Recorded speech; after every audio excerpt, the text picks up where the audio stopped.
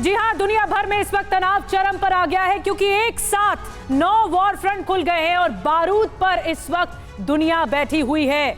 इस वक्त आपको विस्तार से बताते हैं क्या कुछ चल रहा है हलचल दुनिया में।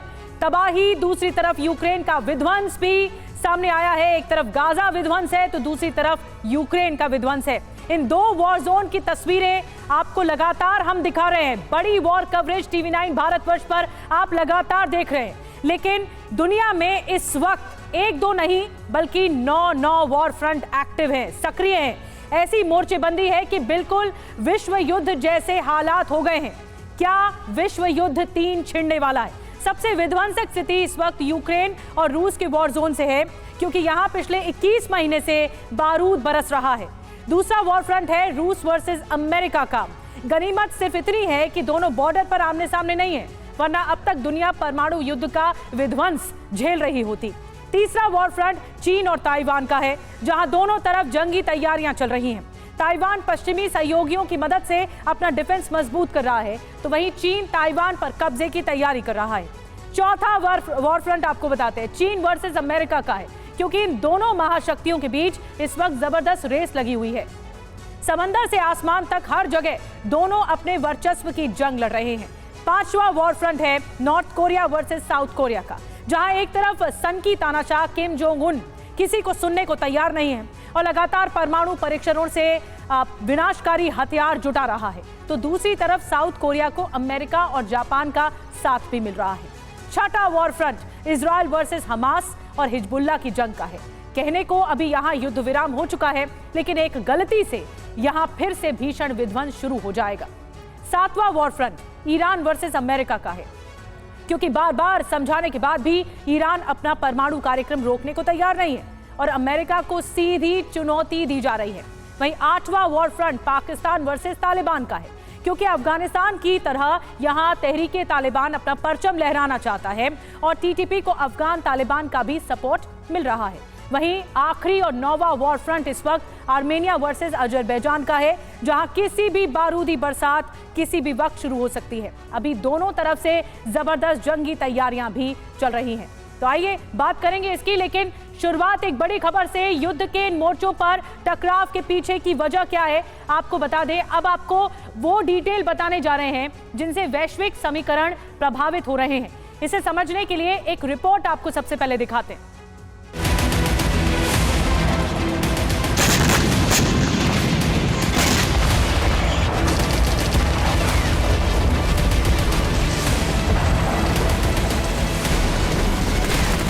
युद्ध के इन 10 मोर्चों पर टकराव अमेरिका और रूस का, और इस टकराव में अपने अपने हित के हिसाब से दुनिया के अलग अलग देश अलग अलग खेमे से जुड़े हैं।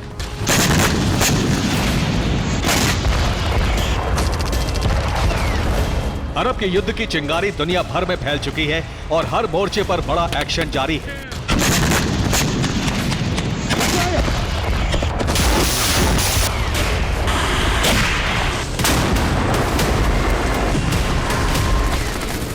यूरोप में अमेरिका और रूस के टकराव का कारण बना यूक्रेन युद्ध, और जब तक अमेरिका इजराइल में उलझा है तब तक रूस उस फ्रंट को जीतना चाहता है।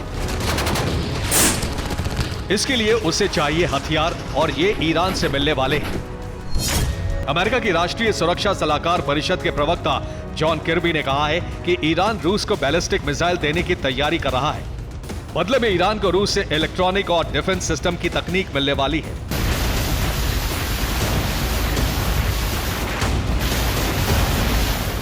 अरब में जंग छिड़ने के बाद विश्व युद्ध का सबसे बड़ा एपिसेंटर ईरान बन गया है,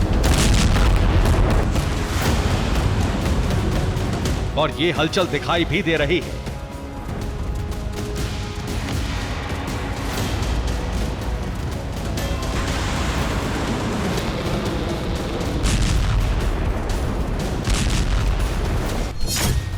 ईरान के विदेश मंत्री अब्दुल्लाहियान गुरुवार को कतर में हमास प्रमुख इस्माइल हानिया और हिजबुल्ला प्रमुख हसन नसरल्ला से मिले। इस बैठक में गाजा युद्ध पर विस्तार से चर्चा हुई और बैठक के बाद ऐलान कर दिया गया कि अगर युद्ध में ईरान उतरा तो अरब ही नहीं दुनिया के कई हिस्सों में हालात बिगड़ जाएंगे, क्योंकि ईरान इस वक्त अरब में एक बड़ी पावर बन चुका है। हूती संगठन की कमान ईरान के हाथ में है और कभी भी कहीं भी हमला कर सकता है। हिजबुल्ला ईरान के इशारे पर हमला बोल देगा। इराक सीरिया के शिया मिलिशिया ईरान के नियंत्रण में है। ईरान को रूस का खुला समर्थन है। ईरान को चीन का भी खुला समर्थन मिला हुआ है। ईरान ने 66% से ज्यादा यूरेनियम संवर्धित कर लिया है। ईरान वेपन ग्रेड यूरेनियम तैयार कर चुका है। बहुत जल्द ईरान परमाणु हथियार बना लेगा।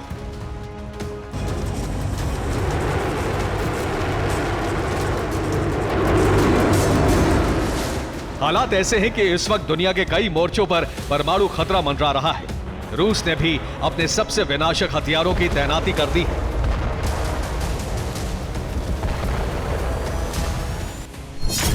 रूस ने यूएस के 11 एयरक्राफ्ट कैरियर के खिलाफ जिरकॉन तैनात कर दी है। यार्स और सरमद को वॉर ड्यूटी पर तैनात कर दिया गया है। अटलांटिक महासागर में रूस के न्यूक्लियर सबमरीन यूएस के नजदीक तैनात है। आर्कटिक बेस पर रूस के न्यूक्लियर बॉम्बर वॉर रेडी है। इस वक्त धरती एक साथ कई परमाणु चक्रव्यूह में फंसी है। धरती पर कहां कहां परमाणु तैनाती हो चुकी है, ये जानिए।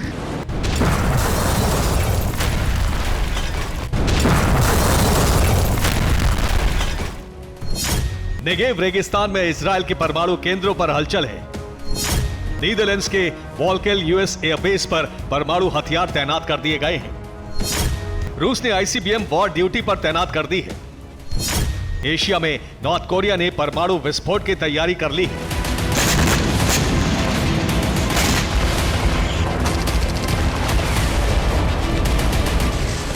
अरब की जंग में अगर इजराइल पर हिजबुल्ला के हमले होते रहे, ईरान जंग में उतरा, तो उसके खेमे के सभी देश कभी भी जंग छेड़ सकते हैं और यही वर्ल्ड वॉर का प्रवेश द्वार होगा। Bureau report, TV9 Bharatvarsh. इसी के साथ आगे बढ़ेंगे। एक और बड़ी खबर आपको बता दें, ईरान पर पश्चिमी देशों में बड़ा मतभेद है। जी हां, ईरान के परमाणु कार्यक्रम पर हुई चर्चा में मतभेद दिखाई दिए साफ तौर पर। पश्चिमी देशों के बीच सहमति नहीं बन पा रही है। परमाणु कार्यक्रम के विरोध में प्रस्ताव पर टकराव दिखा है वेस्टर्न कंट्रीज में। इंटरनेशनल एटॉमिक एनर्जी एजेंसी की दरअसल बैठक में ये जो सहमति है, आम सहमति नहीं बन पाई। और एक और बड़ी खबर यह है कि ईरान की एटमी तैयारी पर पश्चिमी धमकियां बेअसर हैं। ईरान के परमाणु कार्यक्रम ने बढ़ाई है टेंशन। ईरान की तैयारी पर इंटरनेशनल एटॉमिक एनर्जी एजेंसी की रिपोर्ट सामने आई है। हथियार के लिए जरूरी यूरेनियम बनाने के बहुत करीब है ईरान। 3 परमाणु बमों के लिए जरूरी सामान अब तक ईरान ने जुटा लिए।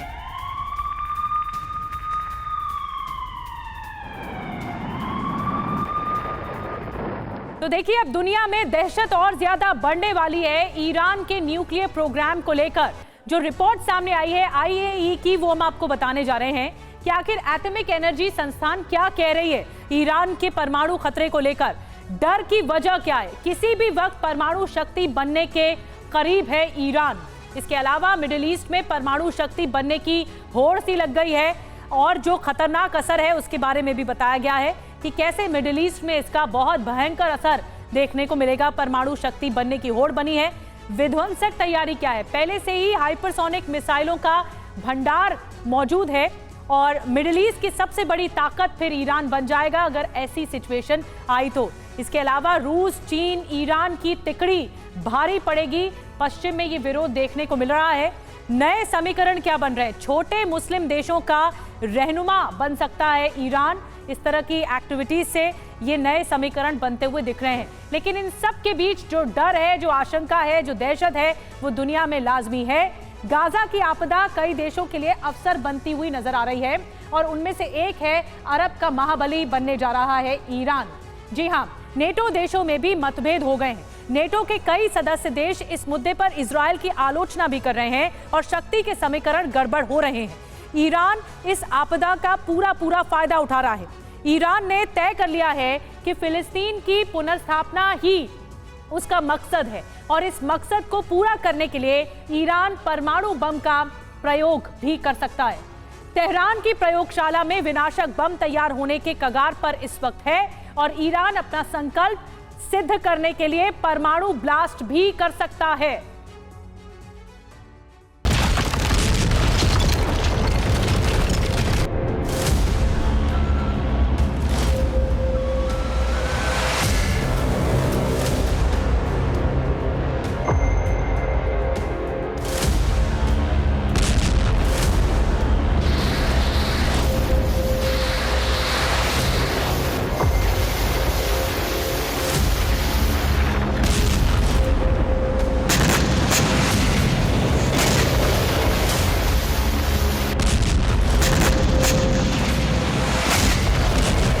अरब के सबसे पुराने विवादित क्षेत्र की 40 किलोमीटर लंबी पट्टी के अधर में लटके भविष्य ने यह तय कर दिया है कि परमाणु विस्फोट होकर रहेगा।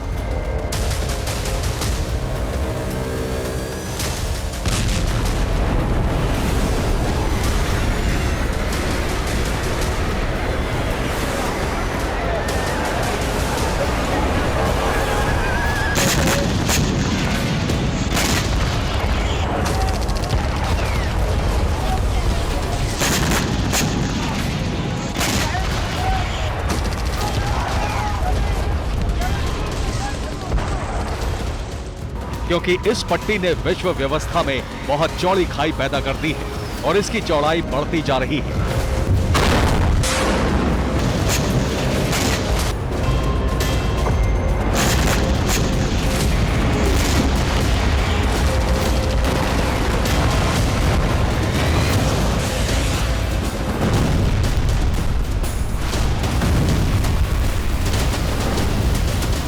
रूस और यूक्रेन के युद्ध में अमेरिकी खेमे के देश अमेरिका के साथ थे, लेकिन अरब में छिड़े इस युद्ध ने अमेरिकी खेमे में खाई पैदा कर दी है और हमास समर्थक ईरान के खेमे से अमेरिकी खेमे के देश भी जुड़ने लगे हैं।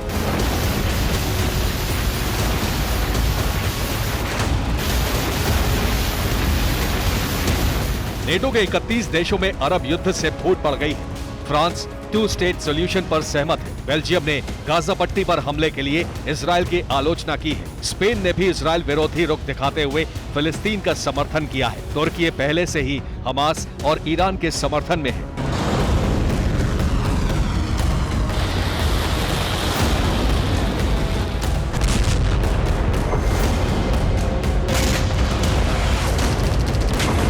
अरब के युद्ध ने विश्व व्यवस्था का संतुलन बिगाड़ कर रख दिया है और इस असंतुलित होती व्यवस्था से ईरान को शक्ति मिल रही है।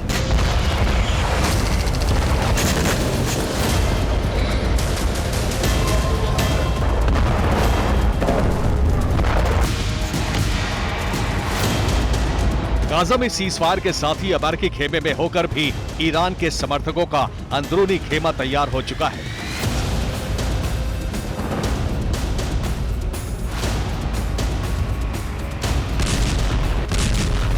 ईरान ने तय कर लिया है कि इजरायल को इस युद्ध में हराने के लिए हर कदम उठाया जाएगा। ईरान ने फिलिस्तीन की स्थापना और इजरायल के खात्मे का संकल्प ले लिया है।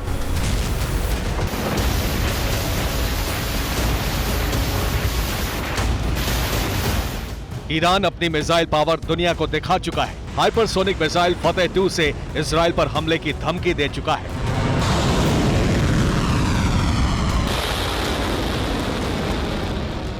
और अब ईरान परमाणु बम बनाने के बहुत करीब है।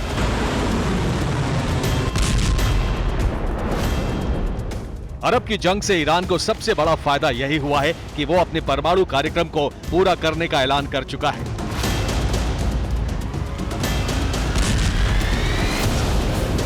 ईरान का परमाणु कार्यक्रम अंतिम चरण में है और वो परमाणु बम बनाने के बहुत नजदीक है।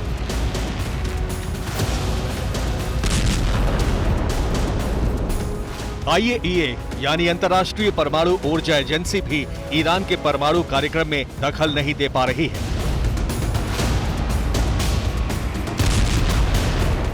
इस हफ्ते वियना में IAEA की बैठक हुई। इस बैठक में E3 ग्रुप यानी फ्रांस, जर्मनी, यूनाइटेड किंगडम भी शामिल हुए। बैठक में मुद्दा उठाया गया कि IAEA गतिविधियों को ईरान परमाणु कार्यक्रम की निगरानी नहीं करने दे रहा है, लेकिन अरब युद्ध के दौरान पश्चिमी देश ईरान पर दबाव नहीं बढ़ाना चाहते। डर है कि दबाव बढ़ाया गया तो ईरान इजरायल पर हमला कर देगा। पश्चिमी देश चाहते हैं कि अरब में परमाणु हथियार न बनाए जाएं, जबकि ईरान कहता है कि इजरायल के पास परमाणु हथियार हैं।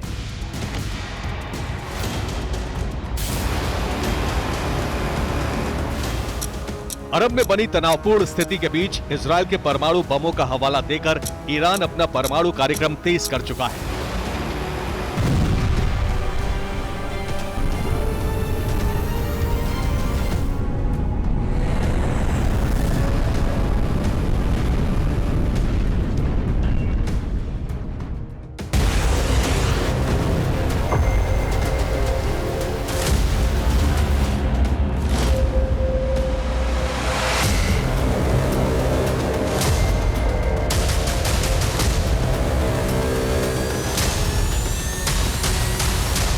ईरान की सरकार परमाणु बम बनाने के बहुत करीब है और इसका संकेत तेहरान से भी मिला है। ये है ईरान की सुप्रीम नेशनल सिक्योरिटी काउंसिल के सचिव अल शमखानी। दरअसल अली शमखानी ने सुप्रीम नेशनल सिक्योरिटी काउंसिल के सचिव पद से इस्तीफा दे दिया है। शमखानी 10 साल से इस पद को संभाल रहे थे। शमखानी ईरान के परमाणु कार्यक्रम में अवरोध माने जाते थे। पश्चिमी देश और IAEA शमखानी को इस पद पर बनाए रखना चाहते थे। शमखानी ईरानी प्रॉक्सी संगठनों के विरोधी थे और पश्चिमी देशों की नीतियों के समर्थक।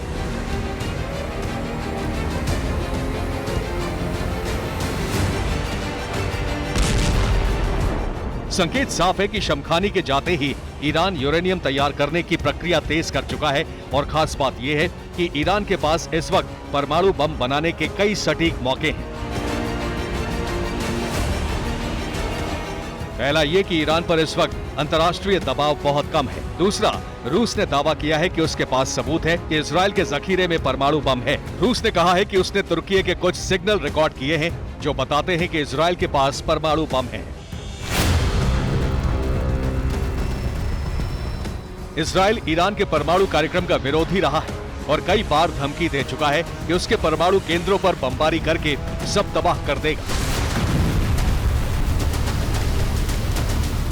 लेकिन अब आसार ऐसे बन रहे हैं कि 8 दिन के भीतर परमाणु बम तैयार करके उसका परीक्षण कर सकता है और इसी से फिलिस्तीन का भविष्य तय होगा।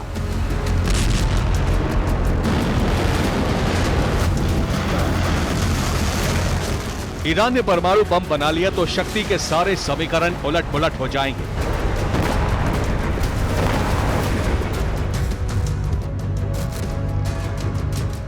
अरब में सबसे शक्तिशाली देश बनने के बाद ईरान अपनी शर्तों पर गाजा युद्ध का समाधान कराएगा। ईरान अमेरिका को अपनी शर्तों पर झुका सकता है, गाजा में अपनी मर्जी की सरकार बनवा सकता है, फिलिस्तीन की पुनर्स्थापना करा सकता है, इजराइल के अस्तित्व पर सबसे बड़ा खतरा बन सकता है। रिपोर्ट यह भी है कि इजराइल के अस्तित्व पर खतरा हुआ तो तेल अवीव परमाणु हमला कर देगा।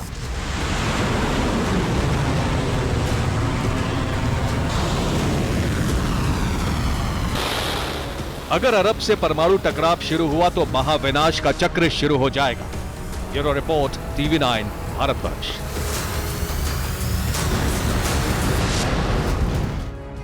आइए कुछ और जानकारी आपको ईरान के न्यूक्लियर प्रोग्राम के बारे में देते हैं। 2015 में ईरान के साथ अमेरिका की डील हुई थी।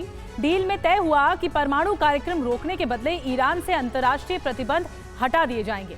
लेकिन 2018 में डोनाल्ड ट्रंप ने सौदा तोड़ दिया और ईरान पर फिर सैंक्शंस लगा दिए, प्रतिबंध लगा दिए। ईरान ने फिर अपना परमाणु कार्यक्रम शुरू कर दिया।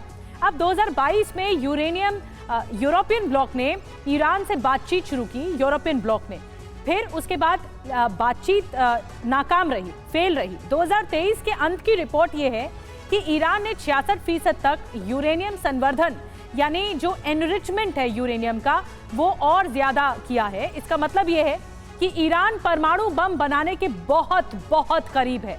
परमाणु ऊर्जा प्लांट के लिए 3.5% संवर्धित यूरेनियम की जरूरत होती है, जबकि परमाणु बम बनाने के लिए 90% संवर्धित यूरेनियम चाहिए होता है।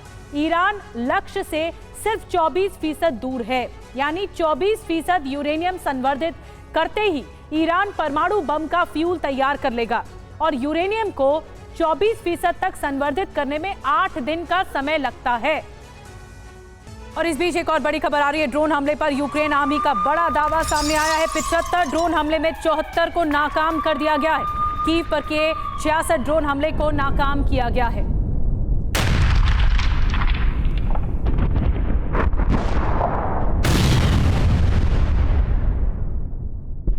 एक और बड़ी खबर आपको बता दें, रूस की ब्लैक सी फ्लीट का एक्शन देखने को मिला। Su-30SM और Su-24M से हमला हुआ है। यूक्रेनी ड्रोन और बोट्स को निशाना बनाया गया है।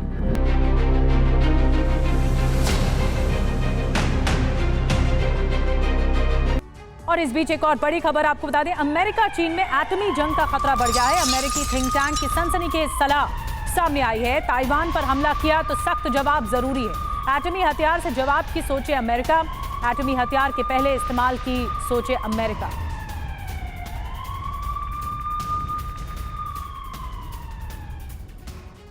तो आइए देखते हैं कि अमेरिकी थिंक टैंक की रिपोर्ट में और क्या कुछ कहा गया है। आइए बिग वॉल के जरिए बड़ी डिटेल्स आप तक पहुंचाते हैं। अमेरिका चीन में क्या एटमी जंग होगी? यूएस थिंक टैंक की सलाह सामने आई है। ताइवान पर अटैक हुआ तो एटमी हमला करे अमेरिका। देखिए बहुत बड़ी बात कही जा रही है। ताइवान पर हमला हुआ तो अमेरिका चीन में जंग तय है। ताइवान का सपोर्ट करता है अमेरिका और इसीलिए कहा जा रहा है परंपरागत या फिर एटमी जंग तक का खतरा सामने आ सकता है। ये कहा है, अनुमान दरअसल जताया गया है यूएस थिंक टैंक की तरफ से। और दोनों के बीच जो कन्वेंशनल वॉर जिसे कहा जाता है, परंपरागत वॉर भी बेहद खर्चीला होगा। ये बहुत एक्सपेंसिव अफेयर होगा। वॉर के बाद दोनों की हालत क्या होगी कह नहीं सकते हैं। अमेरिकी थिंक टैंक का ये कहना है दोनों ही देशों के वजूद के सामने संकट हो जाएगा, वजूद का संकट हो जाएगा, अस्तित्व की लड़ाई आ जाएगी दोनों ही देशों के बीच में, अमेरिका और चीन के बीच में। तो ये अमेरिकी रिपोर्ट कह रही है, अमेरिकी थिंक टैंक कह रहे हैं जो बहुत मजबूती से रिसर्च करते हैं इस ओर, और वो कह रहे हैं कि चीन और अमेरिका में युद्ध छिड़ सकता है। और आइए समझते हैं कि चीन और अमेरिका के बीच ताइवान को लेकर क्या कुछ स्थिति इस वक्त बन रही है। ताइवान पर क्या एटमी जंग होगी? आशंका क्या है? ताइवान फ्रंट पर कमजोर पड़ सकता है अमेरिका, और खतरा क्या है, क्यों कमजोर पड़ सकता है? दो महाशक्तियों में एटमी जंग तक का खतरा है। वजह यह है कि दोनों देशों का बहुत कुछ दांव पर होगा, और जैसा कि थिंक टैंक कह रहा है अस्तित्व की लड़ाई होगी। चीन जीता, अगर इस लड़ाई में चीन जीता तो एशिया यूरोप में अमेरिकी हितों पर चोट होगी। चीन सैन्य मोर्चे पर ताकतवर बनकर उभरेगा। ताइवान की आर्थिक ताकत चीन के लिए बूस्टर साबित होगी। उत्तर कोरिया भी निरंकुश हो जाएंगे, ये अमेरिकी रिपोर्ट ही कह रही है। तो एटमी जंग क्या होकर रहेगी ताइवान के मुद्दे पर अमेरिका और चीन में, ये सवाल है। और एक और बड़ी खबर इस बीच बता दें, गाजा में तबाही की नई तस्वीर आ गई है। बमबारी से तबाह हुआ उत्तरी गाजा, इस वक्त आपको बता रहे हैं बड़ी खबर। जो मलबा है वो चारों तरफ बिखरा दिखाई दे रहा है। मलबे के ढेर में कई इमारतें इस वक्त नजर आ रही हैं। ये देखिए तस्वीरें, डरा देने वाली तस्वीर सामने आई है। पूरा का पूरा शहर लगातार कई किलोमीटर तक खंडर में बदल रहा है, मलबे के ढेर में बदलता हुआ दिख रहा है।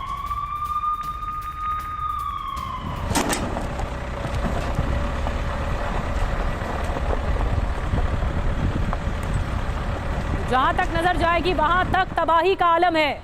7 अक्टूबर से पहले ये था गाजा, पहली तस्वीर देख रहे हैं आप। और जब हमला हुआ 7 अक्टूबर के बाद फिर ये है गाजा। और गाजा को किस तरह से तबाह किया जा रहा है, पूरी तरह से बर्बाद हो चुका है ये शहर।